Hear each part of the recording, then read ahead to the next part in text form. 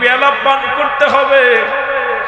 আজকে আমার ভাই তারা বাবা মায়ের জন্য দোয়ার মাহফিল করেছে, বড় আশা করে আব্বা স্মরণে মা স্মরণে। আজকে মা জগতের মধ্যে নাই, বাবা জগতের মধ্যে নাই। এই পৃথিবীর মধ্যে আসলে একটা সিরিয়াল আছে যার কোনো সিরিয়াল নাই। দেখা যায় বাবা জিন্দা সন্তান নাই,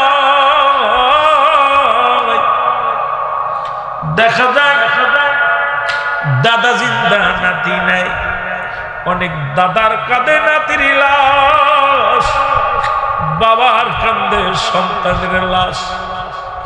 এই পৃথিবীর মধ্যে সন্তানের লাশ যে বাবা বহন করেছে সেই বাবা জানে লাশটা কত ভারী।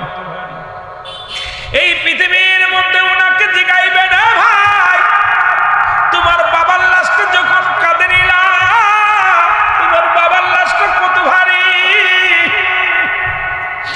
ওই ব্যক্তি বলবে আসমান জমিনের মধ্যে তো ভারী বস্তু জীবনে আমি বহন করি না। আজকে সেই মৃত্যুবার্ষিকীর স্মরণে কয়েকটা কথা আমি বলে যাই। এক নম্বরে হলো মানুষের এক নম্বরে মরণ। আল্লামা মুফতি আমজাদ আলী সাহেব একটা কিতাব লেখেন, কিতাবের নাম বারে শরিয়া। এই কিতাবের মধ্যে লিখতে যা বললেন, দুনিয়ার মানুষ শোনো,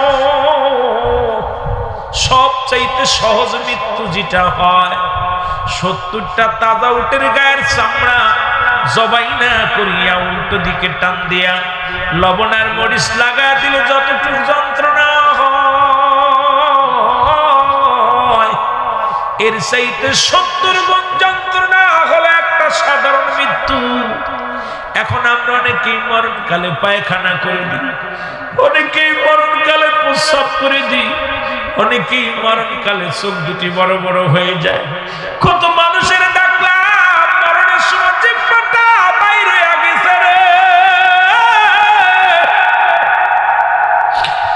আল্লাহ, কত মানুষের জানাজা পড়লাম, কত মানুষের দাফন করাইলাম, কত মানুষের কাফন পরাইলাম, কত মানুষের কবরে শোয়া দিলাম। কোন দিন জন্য আল্লাহ ইসার বিয়ারি পালকি বাড়ির সামনে হাজির হয়ে যাবে, ঘরের দরজা লাগাইয়া সাদা কাপড়ের মধ্যে মুড়াইয়া চিরবিদায়ের জন্য প্রস্তুতি হয়ে যাবে। আল্লাহ, ওই মরণের কালে আমাদের জবানে নসিব করে দে মধুর কালে। ওই মরণের সময় আমাদের আল্লাহ মৃত্যুটা আমাদের সহজ করে দিন। জোরে জোরে বলো আল্লাহু আকবার। আমার মরণ আসিবে কখন কেউ তো জানি না, আমার মরণ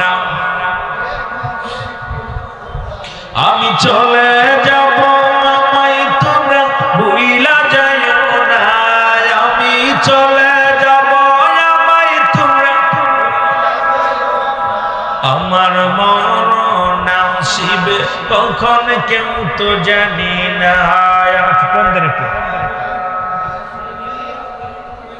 আরো জোরে বলেন, আমার মরণ আসিবে কখন কেউ তো জানি না, আমার মরণ আসিবে। টাকা পয়সা দালান কোটা জায়গা করেছি, সব কিছু ফেলাইয়া একাই চলেছি রে আমি, সব কিছু ফেলাইয়া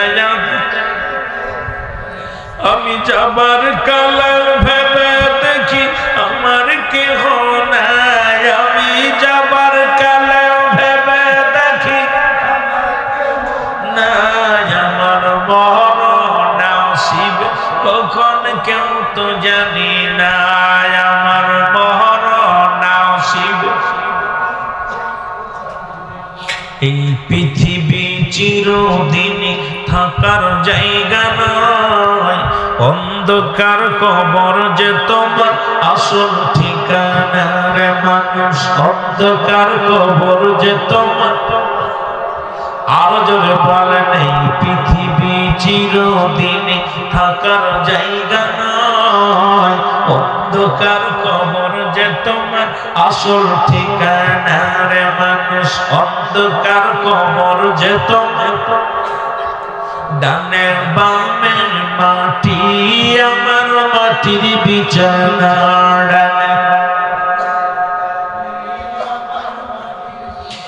এ দুনিয়ার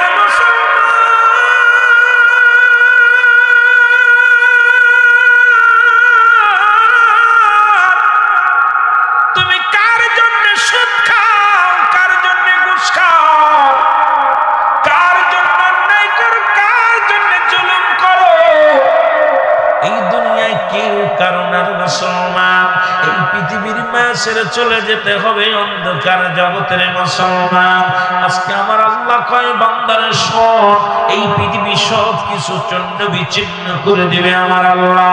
আল্লাহ কয় কুল্লু মান আলাইহা ফান, আল্লাহ কয় বান্দা শোন, এই পৃথিবীর যা কিছু আছে সব কিছু আমি চন্ড বিচ্ছিন্ন করে দিব।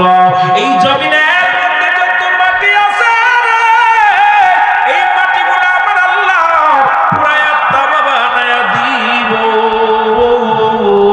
এই জমিনের ভিতরে যত পানি আছে পানিগুলো পোড়াইয়া আমার আল্লাহ ছাই করিয়া দিবে। এই পৃথিবীর মধ্যে কিচ্ছু বলতে কিচ্ছু যেদিন থাকবে না, সেদিন থাকবে শুধু আমার আল্লাহ। ও মুসলমান শুনে নাও, আল্লাহ কয় বান্দারে যেদিন আমি থাকবো আমার নবীর ভালোবাসা নিয়া। ও দরদি বন্ধুরা শুনে নাও, শরীয়তপুরের বাজানেরা শোনো, আজকে কার জন্য অন্যায় করো, কার জন্য দুনিয়ার প্রেমে পড়েছো রে বান্দা?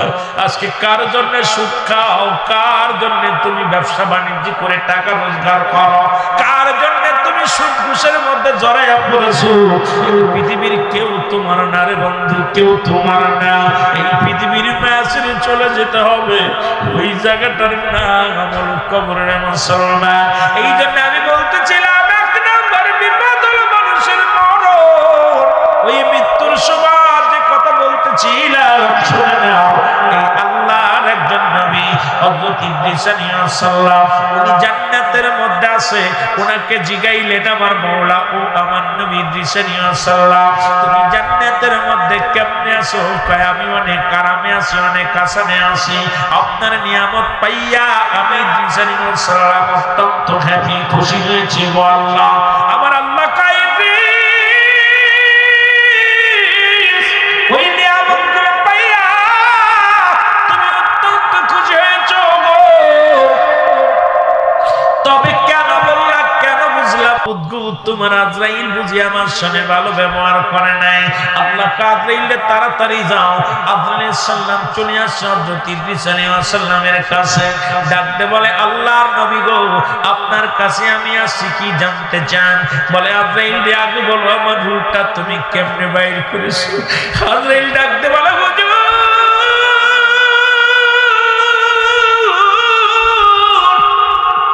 এই পৃথিবীর মধ্যে সবার জান বাইর করার জন্য আমি জমিনের মধ্যে আসি না। আমার আসমানে থাকে আমার মাথা, জমিনে থাকে আমার পা। পৃথিবীর সমস্ত পানি যদি আমার মাথায় ঢেলে দেওয়া হয়, এই পৃথিবীর সমস্ত পানি যদি আমার মাথায় ঢেলে দেওয়া হয়, একটু পানি গড়াইয়া পড়বে না এই জমিনের মধ্যে।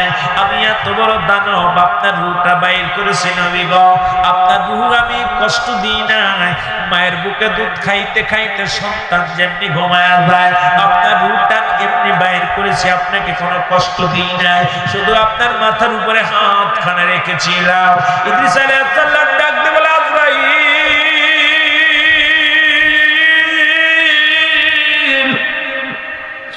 ও আজরাইল কি শুনাইলা রে?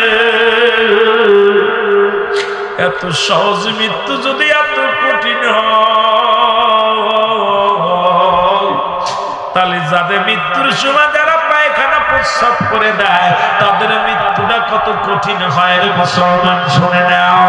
এ আমার ভাইয়েরা, আমার এই মৃত্যুর পেয়ালা পান করতে হবে ও মুসলমান, গভীর মনোযোগ। এই মরণ থেকে পালানোর কোনো পথ নাই, মরণ থেকে বাঁচার কোনো পথ নাই। পৃথিবীর